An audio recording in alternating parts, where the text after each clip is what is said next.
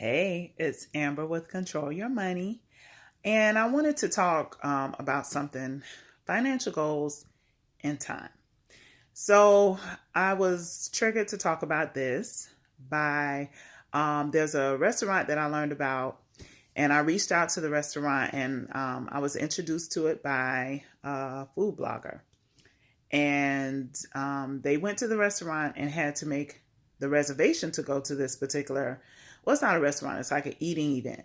And they had to make the reservation a year in advance. And first of all, I was like, wow, the patience to wait a year, to have this thing that you reserved a year ago, like for some food, like that's a lot of patience. And I don't even like planning stuff like into the next couple months because you never know what's going to happen with life. But one thing that's guaranteed is that time is going to pass. So the food blogger, she covered her, visit to the event, and everything looked so good. I was like, you know what? I'm going to look into reserving my spot for next year based off of her experience and what she showed. And so I reached out to the company, and that was like Saturday over the weekend, right? So here it is 5 days later. And I hear back from the company and they say, sorry for the, delayed response. Unfortunately, all reservations for the remainder of 2022 and 2023 and 2024 and 2025, all of the reservations are done.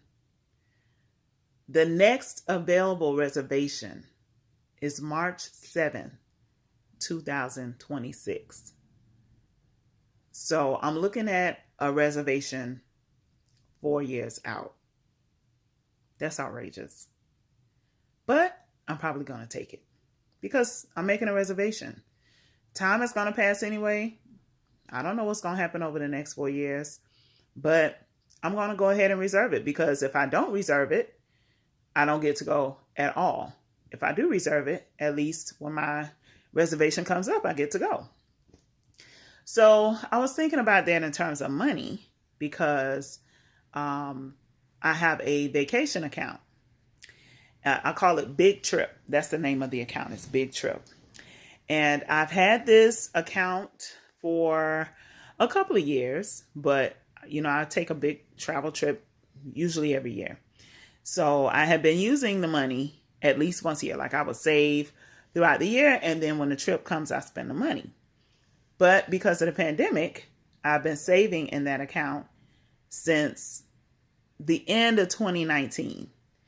And all I do is put $50 a month in that account. So now I have, let me see, December, we're here, I'll get 4 months. That's 5 months.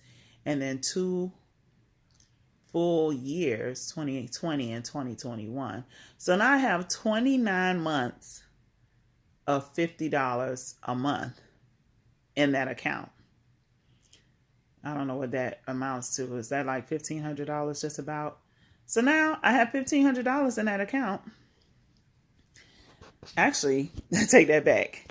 I do $50 a pay period, and I get paid generally twice a month. Because I was like, I don't think I have a little bit more than that. So I have just a little over $3,000 sitting in that account, waiting for my next big trip. So what happened if you look at it? Time was passing. I was putting the money in there. I knew in 2020 I wasn't traveling anywhere. I thought in 2021 it would happen, but didn't happen. So here it is, 2022. I still haven't traveled anywhere, but the money, I'm still saving it. And without any pressure or extra stress on myself, my realistic, travel fund of $50 every check has now grown to just over $3,000. Now, my dream has always been to go to Fiji. So maybe when I get around to it, maybe I'll go to Fiji. But also, now I have just over $3,000 in case I have an emergency. Anything, with the way the world is going, I paid $3 for 12 eggs. Okay. So all that to say, when you think about financial goals, especially like a major financial goal, if you want to buy a house, it sounds so overwhelming. Like you need so much money. It's going to take so much money.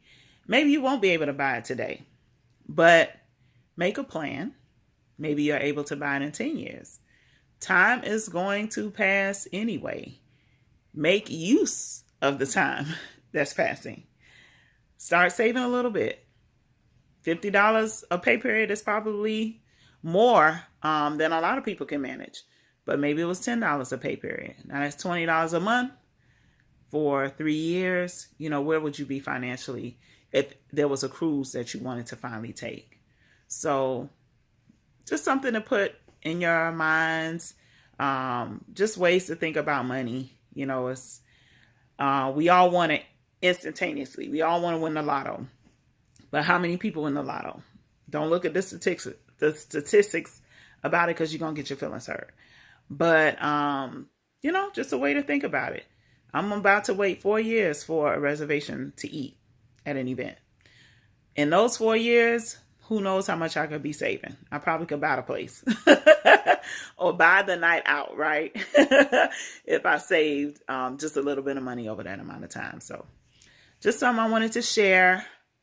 Don't put so much pressure on yourself, you know, when you're talking about financial goals. Let's give time, but let's make use of the time. Have a great one, and don't forget to control your money.